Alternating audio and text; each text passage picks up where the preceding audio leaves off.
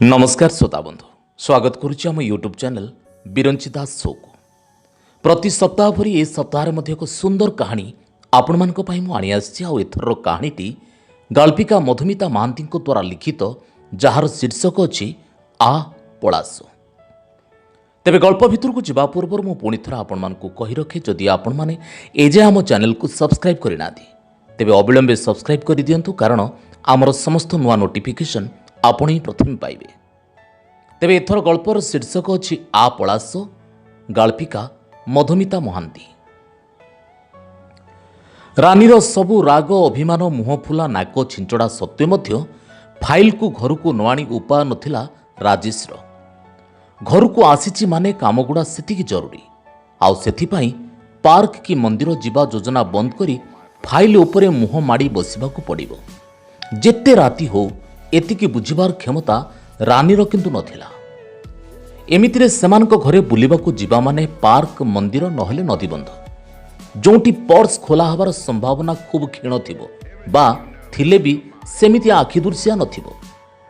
5 टंकार बादाम कि 10 टंकार दहीबरा आलुदम नहेले दक्षिणा टंके कि 2 टंका एइटा सेमिति किछि गोटाए दाम रोकिदेला भली खर्च नुहे। सी किंतु केबे रानी की पिलामानकु निहाती दरकार नहेले बजार बुलेबार साहस करि पारेना। देखिले तो किनिबाकू इच्छा हबो। खेलनाटी हाथ मारिले 400 कि 500 नेल पॉलिशटे 50 रु आजिकाली कम नाए। सबुदिनिया चिंतार चापुर मुक्ति पाइबा पई आज सेमाने पार्क जिबे बोली ठीक करचंती। बो खबर देछि ता देह भल रोने से काली सकाळु आसी पहुंची जिवो आउ से आसिले रानीर घरु गोड़ काढिबा एक रकमर बंद। ऑफिस फेरंता राजेश बाइक पछरु फाइल तक बोही घर को पशिला पूर्व कणे कणे रानीर फुलिला मुहटा को देखि देइथिला किंतु न देखिला परी घरे पसी टेबुल उपरे सेतक थुईदेला। चा तो आज बोधे आ मिलिबार आशा दिसुनी। लुंगी खंडे बदली पकई फाइल धरी बसीगला टेबुल उपरे। काली 11टा बेलू एमडी टेबुल ले एतिकी रहिबा निहाती दरकार। ये घरोई मूर्ख स्त्री लोकटा केउटु बुझिबो एते सबु। एतिकी न कले कॉन्ट्राक्चुअल चाकरीटा केतबेले बाएं बाएं उड़ी जाइथिबो जे भात संगे लुण टिके मिलिबनी खाइबाकू। बहुत समय पर फाइल रु मुंड टेकिला बेलू घर पूरा निस्तब्ध। पिला माने खाई सोईगलेनी बोधे। रानी स्लो वॉल्यूम दे टीवी देखुथुबो। एइटा तार गोटे भल गुण। घर को ऑफिसटा बोही आनिले चिड़िमिड़ी हुए सिना कामरे किंतु जमा बाधा दिएनी। जेते राति हो पछे काम सरिले सेमाने खांती। घंटा को अनेला राजेश 11:10। अलस भांगिबा पई टिके भिड़ीमोड़ी हेला बेलू मोबाइलटा रिंग हेला। धेत तेरिका एते रात्रि किए? निश्चय रानीर फुलेई सान भुणीटा हेतिबो। एइना मूड नथिला बेले से एमिति गेलेई हबो जे इच्छा हबो ब्रह्म चटकणाटे थोइदेबाकू। रंगी ही चलीछि छाड़िबनी ए फेविकल। बाध्य होई उठे आनिला मोबाइलटा। अरे स्क्रीन उपर अजणा नंबरटे जे ये पुणी किए? ऑन करी कहला हेलो हेलो रजत तुम फोन लागु नथुला जे नॉट रिचेबल कहूला केउटी बाहर थिलो कि? आह कि कंठ ये सते जेमती किए सात सुरर मल्हार तोलुची ता कान पाखरे। खाली आउ टिके सुनिबा लोभरे राजेश ऊंचू किछि कहु नथुला। कहू भी नथिला रजत नुहे मु राजेश। रजत किए मु जानेनी। कौन गोटाए खूब जोरे दौड़ुला ता पादरू मुंड पर्यंत पुणी फेरंता रास्तार मुंडरू पाद। ये किछि कहून कहीं जे रागिच? ठीक अच्छे मु रखुची ताले। इस तार छिड़ीज जे तरतर कही पकेला रंग नंबर बोधे मु राजेश रजत नुहे। सॉरी सार आपन को एते रात्रि डिस्टर्ब कली। Sorry excuse me. एतिकी कहू कहू फोन कटिगला राजेश। आवेग किंतु कटि नथिला। ताको लागुथला फोन सेपटर लावण्य प्रतिमाटी लाज शरमरे भिजी भिजी तरली गला कि। परदिन ऑफिस फाइल ले कौन टिके भूल थिला बोली एमडी ता मुह उपर को फोपाड़ी देले सेटा। भूल सजाड़िबा को आप्राण उद्यम जारी रखिथिला हेले ठीक से जानी पारुनथुला कोउठी सजाड़ी भी केमिति पागे। तार किंतु भोक शोष सब मरी जाइथिला। छी संसारटा नथंता कि रेजिग्नेशनटा फोपाड़ी देकी सीधा एमडी को मुहर को पळै जाइथांती। धेत ठीक सेतिक बेले मोबाइल रिंग। बो आसी पहुंची गला बोधे। से किंतु को जाई परिबो बस स्टैंड अठाकाटी छाड़ी। बो बरंग रिक्साटे करी चली आसु घर को। हेलो कहू कहू फोन खसी पड़ला ता हाथरू। आज भी कौन भूल लगिगला कि? सेपटू मोहन बंशी बाजी चली।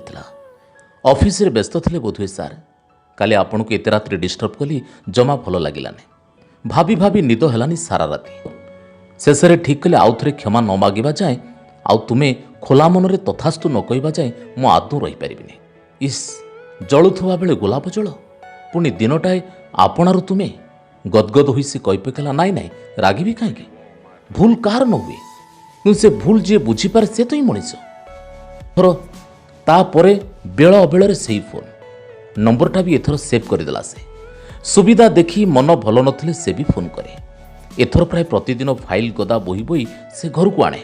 ତାକୁ କାମ କରିବା ପାଇଁ ଛାଡ଼ିଦେଇ ରାନୀ ଟିଭି ଦେଖୁଥିବା ବେଳେ ସେ ସ୍ୱପ୍ନରେ ପହଁରୁଥାଏ। ଘଣ୍ଟା ଘଣ୍ଟା ଧରି ସେମାନେ ଗପନ୍ତି। କେତେ ଆଡ଼ର କେତେ ଯେ ଗପ। ଅଫିସ୍ ପରେ କେବେ କେମିତି ଦୁହେଁ ମିଶି ଗୁପଚୁପ୍ ଠେଲା ପାଖରେ ବି ପାର୍କରେ ଏକାଠି ବି ହୋଇସାରିଲେଣି। ଶିଖା ନାଁଟା ଯେମିତି, ଚେହେରା ବି ସେମିତି। ଗାଢ଼ ଗାଢ଼ ରଙ୍ଗର ଡ୍ରେସ୍ ଭିତରେ ଦାଉ ଦାଉ ଜଳୁଥାଏ ତାର ସୁନା ଖଡ଼ିକା ଚେହେରା। ପରିପାଟି ବେଶ୍ କମ୍, କିନ୍ତୁ ଏତେ ରୁଚିବନ୍ତ ଯେ ତା ପାଖରେ ରାନୀ ସବୁବେଳେ ଫିକା ପଡ଼ିଯାଏ। କେତେ ଥର ସେ ଭାବିଲାଣି ସତ କହିଦେବ ଶିଖା ପାଖରେ। ଏତେ ଲୁଚା ଛପାରେ ଭଲ ପାଇବା କ'ଣ ତିଷ୍ଠି ପାରିବ? କିନ୍ତୁ କହିବାକୁ ସାହସ ହୁଏ ନା। ଯଦି ଖସିଯିବ ସେ ହାତ ମୁଠାରୁ, ଯଦି ରାଗିବ କହିବ ମୋ ସାଙ୍ଗେ ଖେଳୁଥିଲ, ଯଦି ତୁମର ସ୍ତ୍ରୀ ଅଛି ପିଲା ଅଛନ୍ତି ତେବେ ମୋତେ ଆଗରୁ କହିଲନି କାହିଁକି ମୁଁ ଏତେ ବାଟ ଚାଲି ଆସିଲି? ଅବଶ୍ୟ ଶିଖା ସେମିତି ସଂକୀର୍ଣ୍ଣ ମାନସିକତାର ଝିଅ ଭଳି ଲାଗୁନଥିଲା। ଏ ବିଷୟରେ ଥରେ ବି ପଚାରେନି ସେ ରାଜେଶକୁ, ଥରେ ବି ଭବିଷ୍ୟତକୁ ନେଇ ସ୍ୱପ୍ନର ଇନ୍ଦ୍ରଜାଲ ବୁଣିନି। କିନ୍ତୁ ଯଦି ସେ ରାଜେଶର ପିଲାଳିଆ ଚେହେରା ଦେଖି ଭାବି ଦେଇଥିବ ଯେ ଅବିବାହିତ ବୋଲି। ରାନୀ ତ ଏବେ ବି ମୁହଁ ଖୋଲି କହେ, ଏଇ ତୁମ ସାଙ୍ଗରେ ଯିବାକୁ ମୋତେ ଲାଜ ଲାଗିଲାଣି। ଦିନକୁ ଦିନ ତୁମେ ହ୍ୟାଣ୍ଡସମ୍ ହୋଇଯାଉଛ, ତୁମ ବୟସ କମି କମି ଗଲା ଭଳି ଲାଗୁଛି। ମୁଁ ତୁମ ପିଉସୀ ନାନୀ ଭଳି ଦିଶିବି ଅଳ୍ପ ଦିନରେ। ତଥାପି ସବୁ ଭିତରେ ଗୋଟାଏ ତଥାପି ଅହରହ କେଞ୍ଚୁଥାଏ ରାଜେଶକୁ। ଯଦି ଶିଖା ଭାବି ନେଇଥିବ ଯେ ସିଏ ଏବେ ବି ବ୍ୟାଚଲର, ଯଦି ସତ ଶୁଣୁ ଶୁଣୁ ଛିଟକି ପଡ଼ିବ ସେ ହାତ ମୁଠାରୁ ବଞ୍ଚିବ କେମିତି ରାଜେଶ? ଶିଖା ବିନା ଜୀବନ ଯେ ଭାବି ହୁଏନି। ଲାଗୁଛି ତା ସହିତ ପରିଚୟ ମାତ୍ର 30 ଦିନର ନୁହେଁ, 30 ଯୁଗ କି 30 ବର୍ଷ ବା 30 ଜନ୍ମର। ରାଜେଶ ଜୀବନର ରୁକ୍ଷ ମରୁରେ ସେ ଚେନାଏ ଶ୍ୟାମଳିମା, ମନ୍ଦାଏ ଶୀତଳ ଜଳ। ଅବଶ୍ୟ ଏକଥା ଆଜି ଯାଏ ରାନୀ ବି ଜାଣିନି, ସେଥିପାଇଁ ତାକୁ କେବେ ଦୋଷୀ ଦୋଷୀ ଲାଗେନି। କିଏ ନିଜ ସ୍ତ୍ରୀକୁ ଏକଥା କହି କ'ଣ ହାଣ ମୁହଁକୁ ନିଜକୁ ଟାଣିନିଏ କି? ରାନୀ ତାର ପ୍ରେମିକା ନୁହେଁ। ସ୍ତ୍ରୀର ହକ୍ ନାହିଁ ସ୍ୱାମୀର ଏସବୁ ବ୍ୟକ୍ତିଗତ କଥାରେ ମୁଣ୍ଡ ପୁରେଇବାକୁ। ସ୍ୱାମୀ ହିସାବରେ ବରଂ ତାର ଏଇଟା ଅଧିକାର ତା ଜୀବନର ଅଦେଖା କଥା ସବୁ ସେ ସ୍ତ୍ରୀଠୁ ଲୁଚେଇ ପାରିବ। ଭାରି ଛଟପଟ ଲାଗିଲାଣି ତାକୁ। କାଳେ କେଉଁଠି ଶିଖା ଦେଖିବ ସେଇ ଭୟରେ ସେ ରାନୀକୁ ନେଇ ଗେଟ୍ ବାହାରକୁ ବି ବାହାରି ପାରୁନି। ଏପଟେ ରାନୀର ସେଇ ପୁରୁଣା ଜିଦ୍, ବୋଉ ତ ସେଦିନ ଆସିଲେନି, ଆଉ 8 ଦିନ ପରେ ଆସି ପହଞ୍ଚିଯିବେ, ତା ଆଗରୁ ମୋତେ ଟିକେ ବୁଲେଇ ଆଣ। ଆଚ୍ଛା, ସ୍ତ୍ରୀ ଲୋକଟା ସ୍ୱାମୀର ସୁବିଧା ଅସୁବିଧା ବୁଝିବା ତୋର ବି କର୍ତ୍ତବ୍ୟ ନୁହେଁ? ଶେଷରେ ଠିକ୍ କଲା ସେ, ନା, ଦିନେ ଯଦି ଖଣ୍ଡା ତଳକୁ ଯିବାକୁ ପଡ଼ିବ ତେବେ ଆଜି କାହିଁକି ନୁହେଁ। ମୁଣ୍ଡ ପୋତି ଅପରାଧ ସ୍ୱୀକାର କରି କହିଦେବ ସେ ସବୁ ଶିଖାକୁ କହିଦେବ, ଏତେ ପରେ କିନ୍ତୁ ତୁମକୁ ଛାଡ଼ି ରହିବା କଥା ମୁଁ ଚିନ୍ତା ବି କରିପାରୁନି। ତାପରେ ଶୁଣିବ ଶିଖାର ରାୟ। ସେଦିନ ଶିଖାକୁ ଫୋନ୍ କଲା ରାଜେଶ। ଛାତି ଭିତରେ ଯେମିତି କିଏ ଦୁମ୍ ଦୁମ୍ ପିଟି ପକାଉଛି। ତଥାପି କହିଲା, ଶିଖା ଆଜି ଟିକେ ବାହାରକୁ ଯିବା। ମାନେ ନଈକୂଳ କି କେଉଁ ଏକୁଟିଆ ନିଛାଟିଆ ଜାଗା? ପୁଣି ଜାଣି ଜାଣି ଟିକେ ଝୁମାଝୁମା ସ୍ୱରରେ କହିଲା, ଭାରି ଇଚ୍ଛା ହେଉଛି ମୋ, ଖାଲି ଏକୁଟିଆ ତୁମକୁ ଟିକେ ପାଖରେ ପାଇବାକୁ। ଆଉ କେହି ନଥିବେ ସେଠି, ଖାଲି ମୁଁ ଆଉ ମୋ କୋଳରେ ମୁଣ୍ଡ ରଖି ତୁମେ। ଖୁସିରେ ଉଛୁଳି ଉଠିଲା ଶିଖା। ଗେଲା ଗେଲା ସ୍ୱରରେ କହିଲା, ଚାଲ ନା, ମୋର ବି ସେଇ ଇଚ୍ଛା। ତେବେ ଯିବା କେଉଁଠିକି? କେଉଁ ନଈକୂଳ ଆଉ ଫାଙ୍କା ଥିବ ଯେ? ସବୁଠି ତ ଆମ ଭଳି ପୁଳାଇ ଥିବେ, କୁଆଡ଼େ ଯିବା? ମୁହୂର୍ତ୍ତେ ଭାବିଦେଲା ସେ କ'ଣ, ପୁଣି କହିଲା, ଠିକ୍ ଅଛି, ଗୋଟେ ବଢ଼ିଆ ଜାଗା ଅଛି। ତୁମେ ଅଫିସରୁ ଆଜି ଟିକେ ଜଲ୍ଦି ଫେରିବ। ମୁଁ ହନୁମାନ ମନ୍ଦିର ପଛ ଗଳି ମୁଣ୍ଡରେ ଠିଆ ହୋଇଥିବି। ସତରେ ଜାଗାଟା ପାଗଳ କଲା ଭଳି। ମୁଖ୍ୟ ରାସ୍ତାରୁ 1/2 କିଲୋମିଟର ଖଣ୍ଡେ ଭିତରକୁ ଗଲା ପରେ ବାଁ ହାତି ପଡ଼େ ପୋଖରୀଟିଏ। ଢଳ ଢଳ ନୀଳକଇର ସମ୍ଭାର ତଳେ ଜଳର ଚିହ୍ନପନ୍ନ ଅଛି କି ନା ଜଣାପଡ଼େ ନା। ଠିକ୍ କୂଳରେ ଛନ୍ଦାଛନ୍ଦି ଅଛନ୍ତି କେଉଁ ପୁରୁଣା ଯୁଗର ବର ଅସୁସ୍ଥ ଯୋଡ଼ିଟିଏ। ମାଟି ଛୁଉଁଥିବା ଓହଳର ଜଙ୍ଗଲ ଭିତରୁ ଲମ୍ବି ଯାଇଛି ମୋଟା ମୋଟା ଚେର, ଆଉ ସେଇ ନୀଳକଇର ସମ୍ଭାର ଭିତରକୁ। ସେଇଠି ଗୋଟିଏ ଚେରରେ ବସିପଡ଼ି ଗଛ ଗଣ୍ଡି ଦେହରେ ଆଉଜେଇ ନେଲା ନିଜକୁ ଶିଖା। ସୁନ୍ଦର ପଦ୍ମଫୁଲ ପରି ଗୋଲାପୀ ପାଦ ଯୋଡ଼ିକ ଲମ୍ବେଇ ଦେଲା ପାଣି ଭିତରକୁ। ହାତ ଧରି ଟାଣି ବସେଇ ଦେଲା ପାଖରେ ରାଜେଶକୁ। ଖୁବ୍ ଇଚ୍ଛା ହେଉଥିଲା ରାଜେଶର ଆଖି ବନ୍ଦ କରି ଏମିତି ଗୋଟାଏ ପରିବେଶରେ ଖାଲି ଶିଖାକୁ ଛୁଇଁ ଛୁଇଁ ଅନୁଭବ କରନ୍ତା। ଆଙ୍ଗୁଳିର ଅଗ୍ରଭାଗରେ ପରଖି ନିଅନ୍ତା ପ୍ରେୟସୀର ଚୁନା ଚୁନା କେଶଠୁ ଲୋଭିଲା ଲୋଭିଲା ପାଦର ଆଙ୍ଗୁଳି ଯାଏ। ହେଲେ ନିଜକୁ ରୋକିଦେଲା। ନା, ଆଜି ଯେମିତି ହେଲେ ସବୁ କହିବାକୁ ପଡ଼ିବ, ନହେଲେ ନିଜ ଭିତରର ବୋଝ ଯେ ଅସହ୍ୟ ହୋଇପଡ଼ୁଛି। ମୁଠେଇ ଧରିଲା ସେ ଶିଖାର ନରମ ହାତ ପାପୁଲିଟିକୁ। କିଛି ପାପର ସ୍ୱୀକାରୋକ୍ତି ବାଢ଼ିଲା। ଶିଖା, ପ୍ରକୃତରେ କଥାଟେ କହିଥାନ୍ତି ତୁମକୁ। କଥା ନୁହେଁ, ସତଟେ କହିଥାନ୍ତି, ଯାହା ତୁମକୁ ଆଜି ଯାଏଁ ମୁଁ ଲୁଚେଇଛି। କଣ୍ଠଟା କେମିତି ଛନ୍ଦି ହୋଇଯାଉଥିଲା। ତାର ବସା ବସା ଗଳାରେ କହିଲା, ତାପରେ ଯାହା ତୁମର ଇଚ୍ଛା। ବନ୍ଦ ଆଖି ତଳୁ ଶିଖାର ସ୍ୱର ଶୁଭିଲା, କୁହ। ଶିଖା, ମୁଁ ବିବାହିତ। ମୋର ପୁଅ ଝିଅ ବି ଅଛନ୍ତି। କେବଳ ତୁମ ଲୋଭ ଛାଡ଼ି ପାରିଲିନି ବୋଲି ମୋତେ କ୍ଷମା କରିଦିଅ। କାଳେ ତୁମେ ହଜିଯିବ, ଛିଟିକି ଯିବ ମୋଠୁ ଦୂରକୁ, ସେଇ ଡରରେ ଆଜି ଯାଏଁ କଥା କହିପାରୁନଥିଲି। ସିଧା ହୋଇ ବସିଲା ଶିଖା। ନଇଁଗଲା କିନ୍ତୁ ରାଜେଶର ଆଖି ସହିତ ପୁରା ମୁହଁଟା। ବିଚାରକର ରାୟ ଅପେକ୍ଷାରେ ସେ ପଲକଟେ ଶିଖା ତାକୁ ଦେଖିଲା ସ୍ଥିର ଦୃଷ୍ଟିରେ। ରାଜେଶକୁ ଲାଗୁଥିଲା ଶିଖାର ଦେହରେ ଯେମିତି ଭୂମିକମ୍ପ ତାଣ୍ଡବ ତୋଳୁଛି। ଡାହାଣ ହାତର ମଝି ଆଙ୍ଗୁଠି ଛୁଇଁଲା ଶିଖା ରାଜେଶର ଓଠରେ। କ'ଣ କହିବ ଶିଖା? ଏଇ ରାନୀ ପାଇଁ? ସେ ଜାଣିଛି ରାନୀ କେବେ ବି ରାଜି ହେବନି। ନହେଲେ କ'ଣ ଅସୁବିଧା ହୁଅନ୍ତା? ସେଇଠି ସେ ଗୋଟିଏ ଘରେ ଶିଖା ରାନୀ ଦୁଇ ଜଣ ଯାକ ଚଳନ୍ତେ। ଆଗରୁ ପୁଣି ରହୁଥିଲେ ନା ନାହିଁ ସେମିତି ସ୍ତ୍ରୀମାନେ। ଆଜିକାଲି ସବୁ ଢଙ୍ଗ, ଖାଲି ପିଲା ଦିଟାଙ୍କ ପାଇଁ। ନହେଲେ ଏତେବେଳକୁ ରାନୀକୁ ଛାଡ଼ି ଶିଖାକୁ। ଯାହା ମୁଁ ତୁମକୁ କେବେ ବି ପଚାରିନି, ତୁମେ ସେ ପ୍ରଶ୍ନ ଉଠାଉଛ କାହିଁକି ରାଜେଶ? ମୁଁ ଭାବିବାକୁ ବି ଚେଷ୍ଟା କରିନି ତୁମେ ବିବାହିତ କି ଅବିବାହିତ। ତୁମେ ବାପା ହେଲଣି ନା ପ୍ରତୀକ୍ଷାରେ ଅଛ। ମୋର ତୁମେ ଦରକାର, ଖାଲି ତୁମେ। ଆମ ସମ୍ପର୍କ କୌଣସି ପ୍ରତିଶ୍ରୁତି ଉପରେ ପ୍ରତିଷ୍ଠିତ ନ ହେଉ, ଏହା ହିଁ ମୋ ଅଭିପ୍ସା।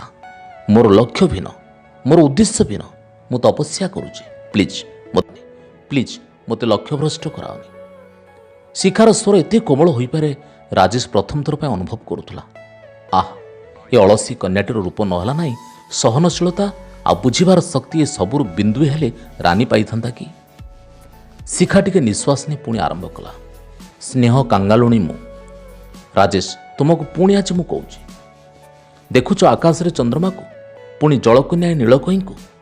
କେବେ ଜିଦ୍ କରିଛି କଇଁ ଚାନ୍ଦ ମୋତେ ତୁମେ କୋଳକୁ ନିଅ। ଯଦି ଚନ୍ଦ୍ର ଖୁମାଣ ମାରି ବସନ୍ତା, କୁହନ୍ତା କଇଁ ମୋ ହାତ ମୁଠାରେ ତୁ ଦରକାର, କ'ଣ ହୁଅନ୍ତା ତେବେ? ଏ ସୃଷ୍ଟି ରୁହନ୍ତା? ଯାହା ମୁଁ ତୁମକୁ କେବେ ହାତପାତି ମାଗିନି। ସେଥିପାଇଁ ବ୍ୟସ୍ତ ହୋଇ ବର୍ତ୍ତମାନଟାକୁ ଜାଳିଦେବା କ'ଣ ବୁଦ୍ଧିମାନର କାମ? ଧଇଁ ସଇଁ ହୋଇଯାଉଥିଲା ଶିଖା। ତଥାପି ତା କଥା ସରିନଥିଲା। ରାଜେଶର ହାତକୁ ନିଜର ଦୁଇ ହାତରେ ତୋଳି ନେଇ ପୁଣି ଆରମ୍ଭ କଲା। ସ୍ନେହ କାଙ୍ଗାଳୁଣୀଟି ମୁଁ। କାଳେ ସେତିକି ଦେବାକୁ ପଡ଼ିବ ବୋଲି 3 ମାସର ହୋଇଥିଲି। ବାପା ବୋଉ ଏକା ଦିନରେ ଚାଲିଗଲି ଗୋଟିଏ ଦୁର୍ଘଟଣାରେ। ଖୁଡ଼ିଙ୍କର ବିରାଗ ଭିତରେ ବଡ଼ ହୋଇଛି ମୁଁ। ତୁମଠୁ ତ ହୃଦୟ ଖେଲା ସ୍ନେହ ପାଇଛି, ଏତିକି ପାଇଁ ତ। ହଠାତ୍ ଅଟକିଗଲା ଶିଖା। ରାଜେଶର ହାତକୁ ଅଣ୍ଡାଳି ପକାଇ କହିଲା, ଆରେ ତୁମ ହାତ ଖାଲିଛି? ମୁଦିଟା କୁଆଡ଼େ ଗଳି ପଡ଼ିଲା ନା କ'ଣ? ତୁମେ ଜାଣିଛ ନା ନାହିଁ? ତୁମେ ଜାଣିନ ବୋଧହୁଏ। ସେ ମୁଦିଟା ତୁମ ହାତର ସୌନ୍ଦର୍ଯ୍ୟକୁ କେତେ ବଢ଼େଇ ଦିଏ।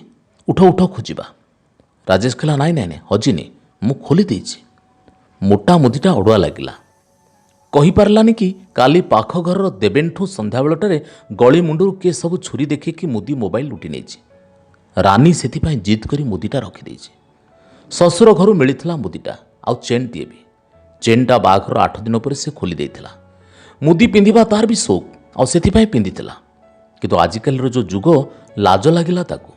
ଯଦି ଶିଖା ହସିଦେବ ଡରୁଆଟା ବୋଲି। ଶିଖା କହିଲା, ନାଇଁ ମ, ମୋଟା କ'ଣ?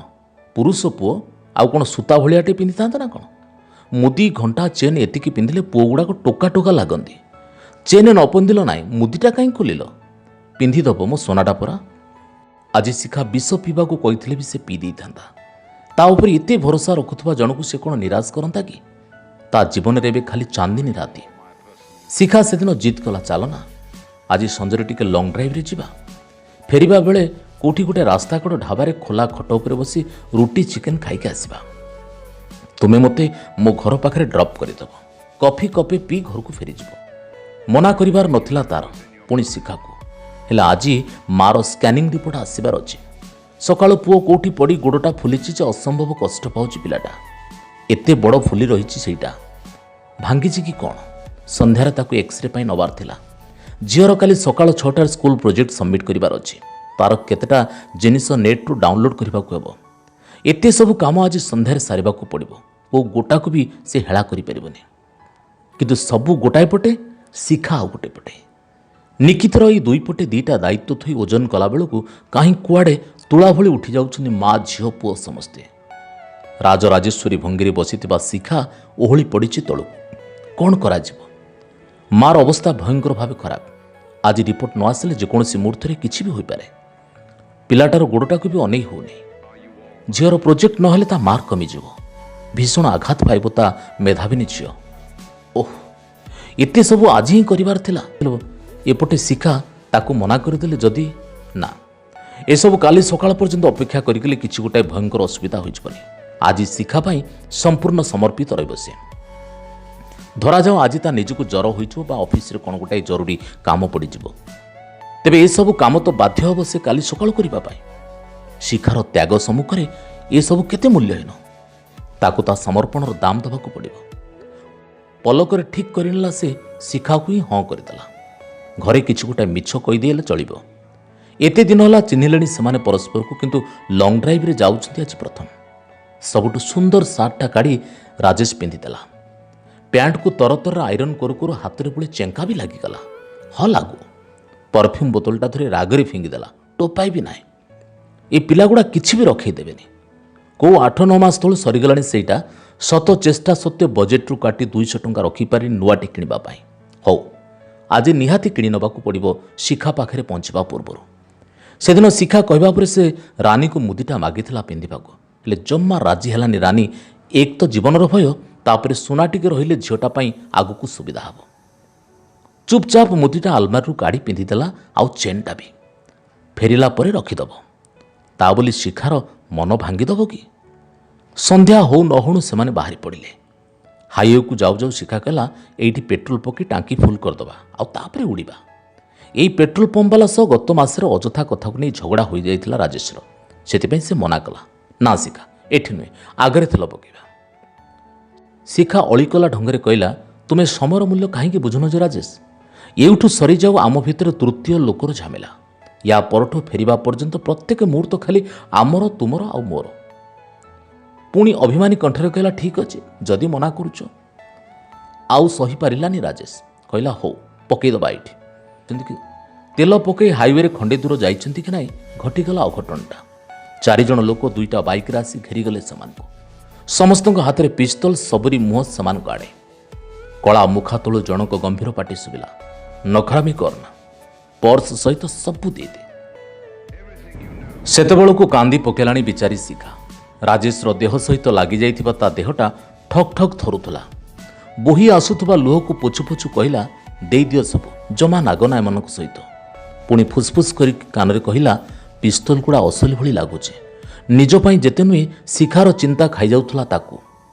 ଏଗୁଡ଼ାକ ତ ଅସୁର, ଯଦି ତାର କିଛି ଅସୁବିଧା କରନ୍ତି। ତରବରରେ ସବୁ ବଢ଼େଇଦେଲା ସେମାନଙ୍କ ହାତକୁ। ମୋବାଇଲ, ପର୍ସ, ଘଣ୍ଟା, ମୁଦି। ଶିଖା ତା ହାତକୁ ଜାବୁଡ଼ି ଧରି ଖନ ଖନ ସୁରରେ କହିଲା, ଚେନ୍ଟା ରହିଲା ଯେ, ଦେଇଦିଅ ଦେଇଦିଅ। ହେ ପ୍ରଭୁ, ତୁମର କିଛି ନ ହଉ। ସାମ୍ନା ଲୋକଟାର ଲାଲ ଲାଲ ଆଖି ସତରେ ଘୁରୁଥିଲା ତା ଚେନ୍ ଉପରେ। ଖୋଲିବୁ ନା ଛିଣ୍ଡେଇ ଦେବି? ତା ଘାଗଡ଼ା ଗଳାରେ ଚମକି ପଡ଼ି ଖୋଲିଦେଲା ଚେନ୍ଟା। ବଢ଼େଇଦେଲା ତା ହାତକୁ। ଦୁମଦାମ ହେଇ ଗୋଟାଏ ବାଇକ୍ରେ ବସିଗଲେ 2 ଜଣ। ପତଳା ଡେଙ୍ଗା ଲୋକଟା ତା ବାଇକ୍ରେ ବସି ଶିଖାକୁ କହିଲା, ଯିବନି କି?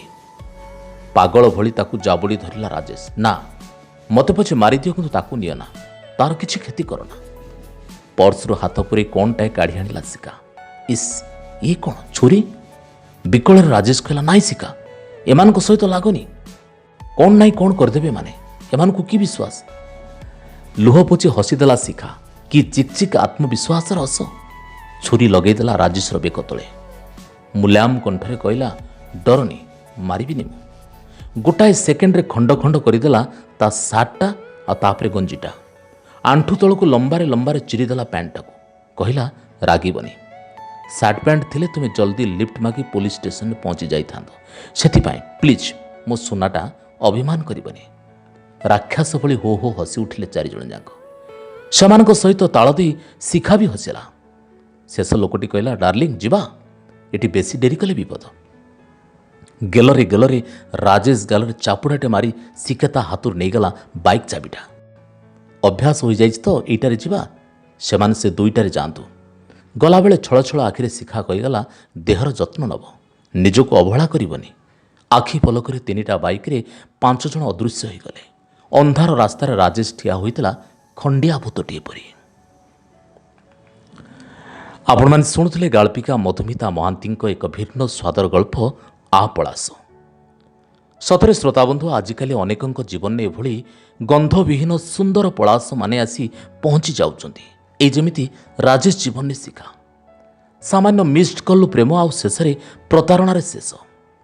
ଆଧୁନିକତାର ଖୋଳପା ମଧ୍ୟରେ ବଢ଼ୁଥିବା ଯୁବପିଢ଼ି କିପରି ସହଜ ସରଳ ମଣିଷମାନଙ୍କୁ ନିଜ ପ୍ରେମ ଜାଲରେ ପକାଇ ସର୍ବସ୍ୱ ଲୁଟି ନେଉଛନ୍ତି। ତାର ଅର୍ଥ ନୁହେଁ ଯେ ସମସ୍ତେ ଶିଖା ପରି, ହେଲେ ଏଇ ଶିଖାମାନଙ୍କୁ କିନ୍ତୁ ହୁସିଆର। କଥାର ଅଛି, ସରଳ ହୁଅ ଭଲ, ହେଲେ ବେକୁଫ ହେଲେ କଥା ସରିଲା, ଯାହା ରାଜେଶର ଜୀବନରେ ଘଟିଗଲା। ଆଶା କାହାଣୀଟି ଆପଣମାନଙ୍କୁ ନିଶ୍ଚିତ ଭଲ ଲାଗିଥିବ। ଆଉ ଯଦି ଭଲ ଲାଗିଥାଏ ତାହେଲେ ଆମ ଚ୍ୟାନେଲକୁ ଲାଇକ୍, କମେଣ୍ଟ, ସେୟାର ଆଉ ସବସ୍କ୍ରାଇବ୍ କରିବାକୁ ଆଦୌ ଭୁଲିବେନି। ରହୁଛି, ପୁଣି ଆସନ୍ତା ସପ୍ତାହରେ ଆଉ ଏକ କାହାଣୀ ନେଇ ଆସିବି। ସେ ଯାଏଁ ନମସ୍କାର।